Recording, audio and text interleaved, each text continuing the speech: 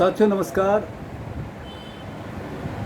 मैं प्रयाग न्यूज़ के लिए सूरज कुकरेती और आपके संज्ञान में लाना चाहता हूं कि उत्तराखंड एक ऐसा प्रदेश बन गया है जिसको हम एक लावारिस धर्मशाला कहें तो यह बिल्कुल उचित होगा, क्योंकि यहाँ पर भिखारी से लेकर के कोई भी किसी भी तरह का यहाँ पे बिना किसी सत्यापन के कोई भी यहाँ पर आके रह रहा है और कुछ दिनों के बाद अपराध को अंजाम देकर यहाँ से चले जा रहा है।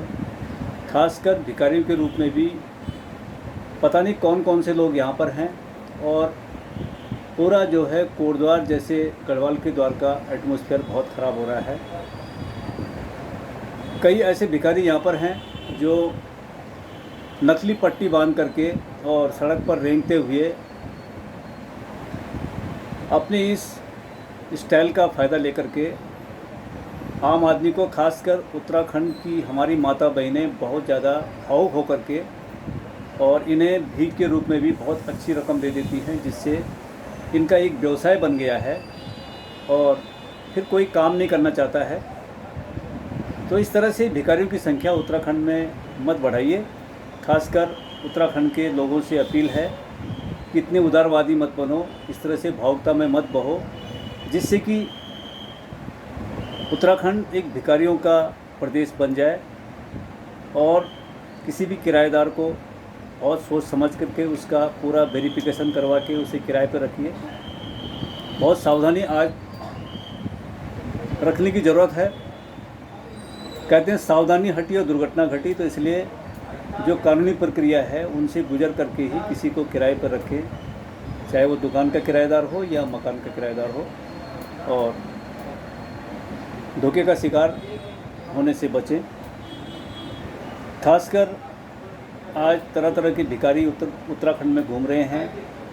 कुछ धर्म के नाम पर भीख मांग रहे हैं, तो कुछ अपने को बीमार घोषित करके या किसी भी तरह से इस तरह से जो एक धोखा देने का तरीका है, तो इन पर ध्यान दें और भावुकताओं में न बहें। क्योंकि आज तमाम जो दिव्यांगों के लिए भी सरकार के द्वारा व्यवस्था की गई है। रजिस्टर्ड संस्थाएं हैं, उन्हीं को आप दान कीजिए। और ऐसे बीमार लोगों के लिए भी चिकित्सालय हैं, आयुष्मान कार्ड है।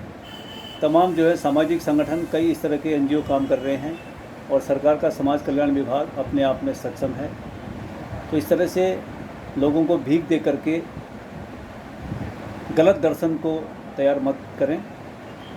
और इसी के साथ सबकी सब्बा खैर, सबकी शुभकामना चाहता हूँ। सब जो है इस बरसात के मौसम में यातायात सुरक्षित ढंग से करें, वाहन धीमी गति से चलाएं, तूफ़ान और तेज़ बारिश में वाहनों को न चलाएं। और आजकल खासकर घरों में भी करंट आ जाता है। बहुत से घरों में पुराने मकान हैं जिसमें कई जगह पानी लीक होता है। बिजली के जो वायर हैं वो पानी पकाने पर, तो इसलिए सावधानी बरतें और बच्चों को खासकर दूर रखें। जो चार्जर हैं, चार्जरों को बहुत से लोग खुला रख देते हैं ऑन करके और बच्चे उसे पकड़ लेते हैं, मुंह में रख लेते हैं। तो बहुत सावधानी रखने की ज़रूरत है। घर से कहीं जब बाहर जाएं तो बिजली के स्विच ऑफ करके जाएं। पानी के जो वाल हैं उनको बंद करें।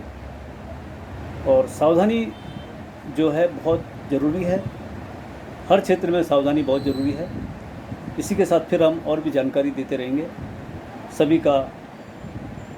सभी के सुखमय जीवन की कामना करता हूँ। और श्रावण का यह पवित्र माह चल रहा है। सब ईश्वर की सच्ची श्रद्धा से भगवान को पूजन करें।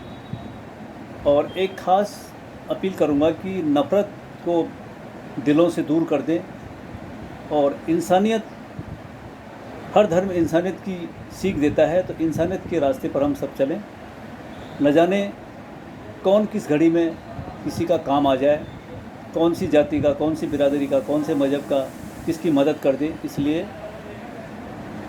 हर चीज़ को राजनीति चश्मे से न देखें। शुभ रात्रि।